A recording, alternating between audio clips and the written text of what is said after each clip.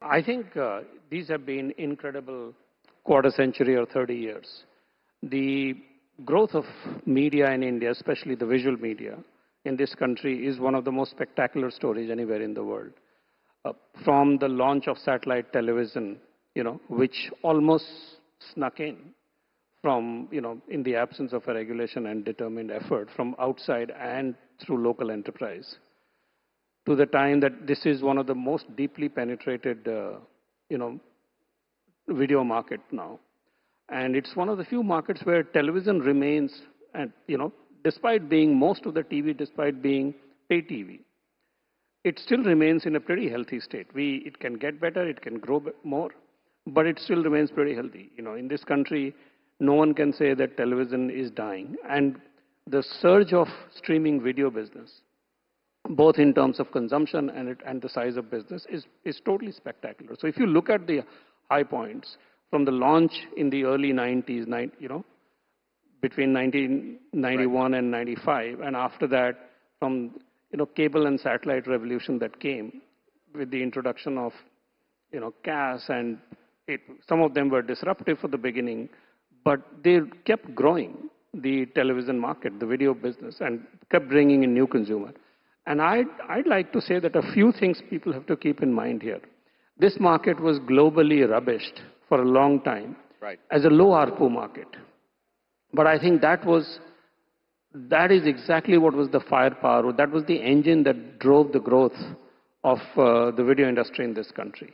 Because television was affordable, not just to elite few in the big cities, but it increasingly became affordable to everybody. I think there was an appetite that got built, which in developed world took several decades to build. Here, literally in less than a decade, from a very, very limited or no presence, television became ubiquitous. Video consumption became ubiquitous. And it was because there was enormous local enterprise. And let's not make a mistake.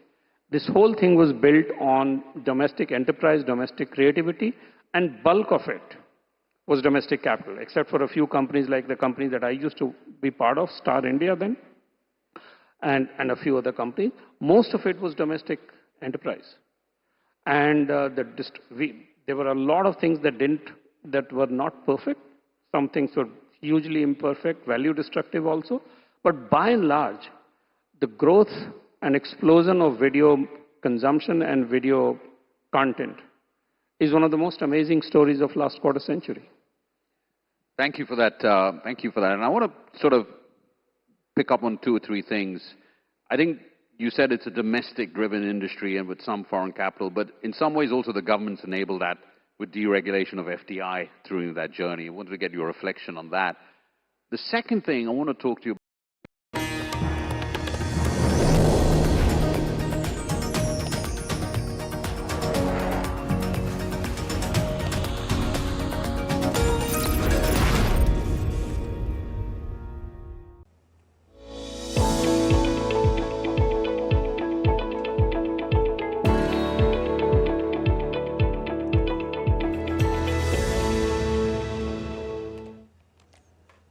Hello and welcome to Wellness Watch, a show that explores the nuances and the burden of illnesses and diseases on mankind and how we in India are dealing with it. Malaria is a life-threatening illness caused by the Plasmodium parasite transmitted to humans through the bites of infected Anopheles mosquitoes. At the onset of the disease, one experiences fever, chills, headaches, muscle ache, nausea, sweats and vomiting. Complications of malaria include kidney failure, seizures, that is fits, coma and death. World Malaria Day is observed every year on April 25th to raise global awareness about the deadly effects of malaria and to promote efforts towards eradicating it. Today in Wellness Watch, we discuss malaria. I'm Preeti Kaur.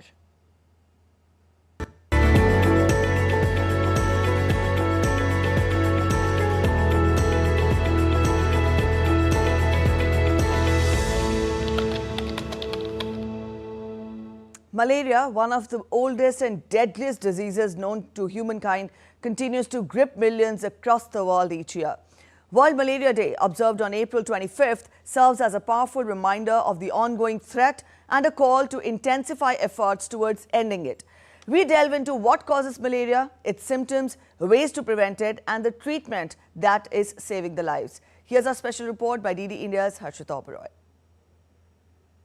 Malaria, a life-threatening disease caused by the Plasmodium parasite, strikes without warning, spreading through the bite of an infected female Anopheles mosquito.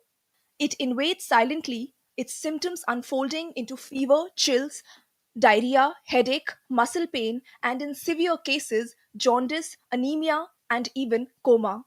For many, malaria attacks come in cycles of shivering, burning fever, and heavy sweating, an exhausting, dangerous spiral. The scale is staggering. Today, malaria threatens nearly 200 crore people across 90 endemic countries, along with 12.5 crore international travelers. While some survive, many, especially young children, are not as fortunate. The disease strikes hardest where poverty, lack of healthcare, and warm climates give mosquitoes a free rein. At the heart of the crisis lies a deadly cycle. An infected mosquito bites a human, releasing parasites that travel to the liver, mature, and attack red blood cells. Risk factors loom largest for young children, pregnant women, travelers to endemic regions, and anyone living where prevention efforts are weak. Left untreated, malaria can spiral into cerebral malaria, respiratory failure, organ damage, or deadly anemia. Yet, malaria is not inevitable. Protection is within reach. Covering up at dusk, using mosquito nets treated with insecticides, applying EPA approved repellents, and taking preventive medicine can drastically cut the risk. Timely diagnosis, usually through a simple blood test, can detect the parasite early, and modern treatments with anti malarial drugs can save lives. Each year on April 25, the world marks World Malaria Day, reinforcing the message that malaria must and can be defeated. This year's theme, Malaria Ends With Us, Reinvest, Reimagine, Reignite, calls for renewed commitment, innovation, and bold action to end malaria once and for all. India's own battle against malaria tells a story of determination. Between 2017 and 2023, the country recorded a dramatic fall in malaria cases and deaths. In 2023 alone, 122 districts reported zero cases, a remarkable milestone. Let me also put the importance of the visit. Now, this is the first time that a VVIP visit on both sides is taking place after 38 years. And this is the first visit of President Lorenzo to India since he assumed office in 2017. And it also marks two important events. One is the 40th anniversary of the establishment of diplomatic relations between India and Angola. And the second is it marks the 50th anniversary of the independence of Angola this year. As you all know, that Angola is holding the chairship of the African Union, which is a very important area for us too in the context of India-Africa partnership. So we're seeking their support in deepening our relationship with Africa. And the delegation level talks between the two leaders covered a wide gamut of relationship, covering making an assessment of the existing relationship as well as the futuristic scenario in terms of new areas of cooperation. During the press briefing, there was a very strong message, and also during the delegation level talks, President Lorenzo condemned the heinous, cowardly act, terrorist act in Pahalgam in Jammu and Kashmir, and there was condemnation of it, expressed condolences to the bereaved families and solidarity with India in tackling terrorism in all its forms, including the cross-border terrorism. Now let me touch on the substantive part of the relationship. As you know, the bilateral trade between India and Angola is $4.2 billion. Much of it is in the favor of Angola, of about $3.5 billion. But 90% of the trade is in oil and gas. We import a lot from Angola, both oil and LNG. It is the second largest supplier of oil and gas from Africa after Nigeria. India exports about $700 million worth of items, but varied items, including pharma, medicines, vaccines, automobile components, engineering products, plastics, and refined oil. During the visit, a lot of coverage on the energy security aspect from India's point of view. As you know, that Angola has discovered new oil fields, and where they sought India's support, particularly Indian companies, to help them in the refinery processing, to set up refinery units there, and also exploration of onshore and offshore oil fields. Defense is another area of cooperation that attracted a lot of attention. During this visit, Honorable Prime Minister has offered $200 million worth of lines of credit, defense line of credit, in Indian rupees. They will be sourcing defense equipment from India. Already they are in touch with the private companies and also public sector companies for various items to be sourced from India. And the important aspect is there is a commonality. They have a large number of Soviet equipment, defense equipment, which needs to be serviced, overhauled, and do the maintenance. So in the days to come, both sides will be engaging the expert level interactions as to how to take forward this particular cooperation. Honorable Prime Minister has also offered the Angolan experts to be trained in India in the defense area, both under ITEC and also a very specialized training program for Angolan defense forces. Agriculture is an area of great interest to Angola. President Lourenço requested Honorable Prime Minister to give assistance in creating a situation that Angola could become fully secured, fully self-sufficient in food production. There again, various elements. Angola, as you know, after the Civil War, after it won independence, it suffered civil war for 27 years. A lot of these activities have been, taken a backseat in terms of the infrastructure and agriculture growth, but now they're coming out of it. It's a much more stable today, and there is a lot of potential for cooperation, both in agriculture and infrastructure creation. In the area of agriculture, they'll be needing India's entrepreneurship to be able to grow food crops in that part of the world, and agriculture equipment, tractors, seeds, and various technology that will be needed for agriculture food security. In the area of infrastructure, there is a great need for road networks and the railway networks. They already have certain networks, but they need further greater expansion of it, support from India. RITES is already talking to the Angolan companies. There is a possibility to introduce Indian diesel locomotives and also expand the railway network, interior, north-south and east-west, and leading into the areas of their minerals, which are very important for them in terms of logistics. This will be an area of interest for Indian companies. They will be engaging in working with Angolan authorities in taking forward what's the specifics of it. In the health area, there was a lot of discussion. President Lourenço specifically asked for India's support in the healthcare, the doctors and paramedical forces that they need in great numbers. They're expanding the healthcare sector with creation of new hospitals in that country. And Honorable Prime Minister mentioned about not only the possibility of supplying vaccines and medicines and pharma products in Africa, but also to be able to set up Jan Aushadhi units in that country. We will be exploring that opportunities. And the possibility of traditional medicine, Ayurveda, to be introduced in Angola, where there is a lot of interest too. The new areas of cooperation which were discussed by the two leaders is actually space. As you know, Angola already has a satellite mission control center, which is currently assisted by the Russians and the French.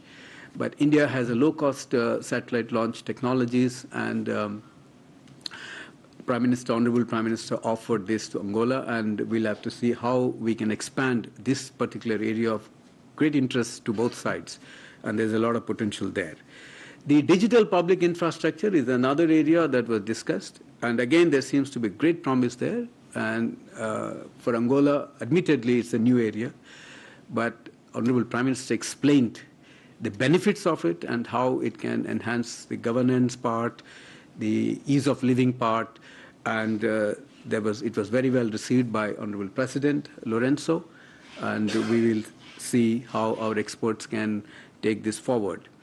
In terms of the development cooperation, India has been traditionally assisting most of the African countries, but in the case of Angola too, we have given modestly lines of credit, grants, and technical capacity programs have been extended to Angola too.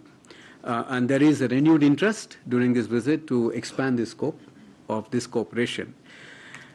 As part of the deliverables, let me mention to you, these are very much in the knowledge of the media. 3 memorandum of understandings were concluded today in the presence of the 2 leaders. One is pertaining to cooperation agriculture.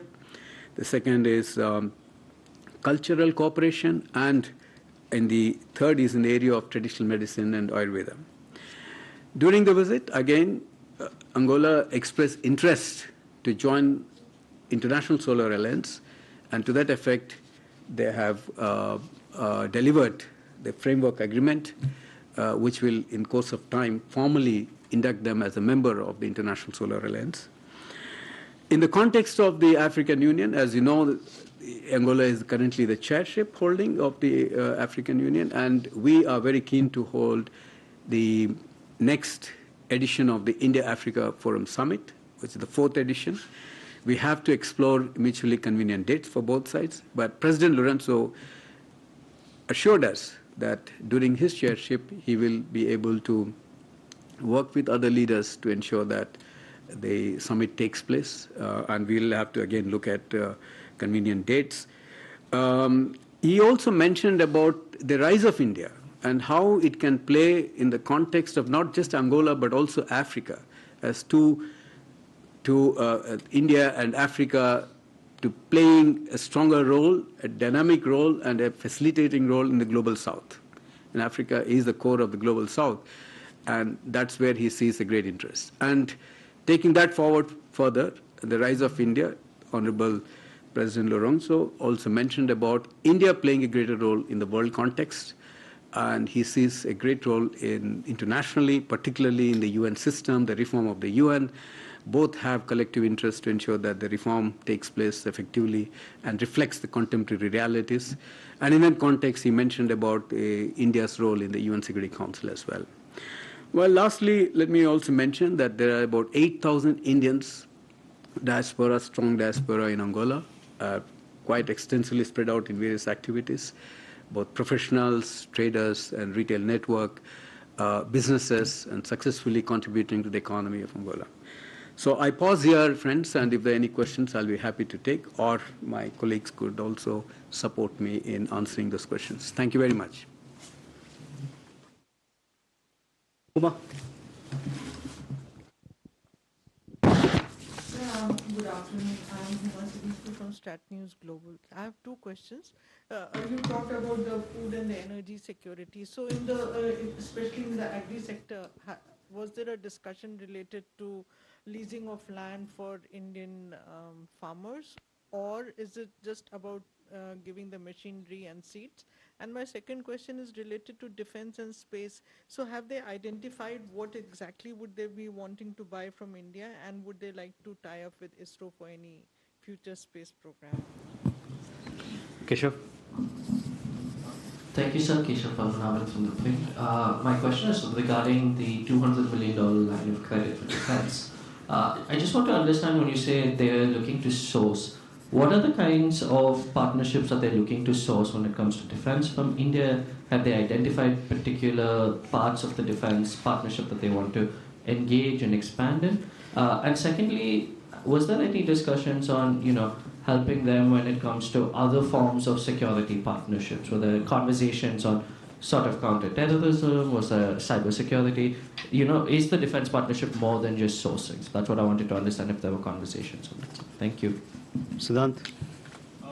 Sir, Siddhant from Beyond. On the UNSC reforms, if you can perhaps elaborate more on what kind of conversations were there, because this is a process that has been stuck for a long time. They extended support to the non-permanent membership as well, for which we are bidding very soon in this decade, and also India's support for African membership at the UNSC. Rishikesh? Sir, Rishikesh from PB. So Africa is one region where India sees significant defense export potential. So has India offered any specific platform to Angola, military platforms? 4 questions. We can take. You can answer these, sir, and then you'll come back more. Well, anyway, I think some are overlapping questions, so I'll try to give a broad spin on that. So one is the Huma's question on food and agriculture. Now, see, I think the specifics of it would need to be sorted out at the expert level. But I think, we have to understand that Angola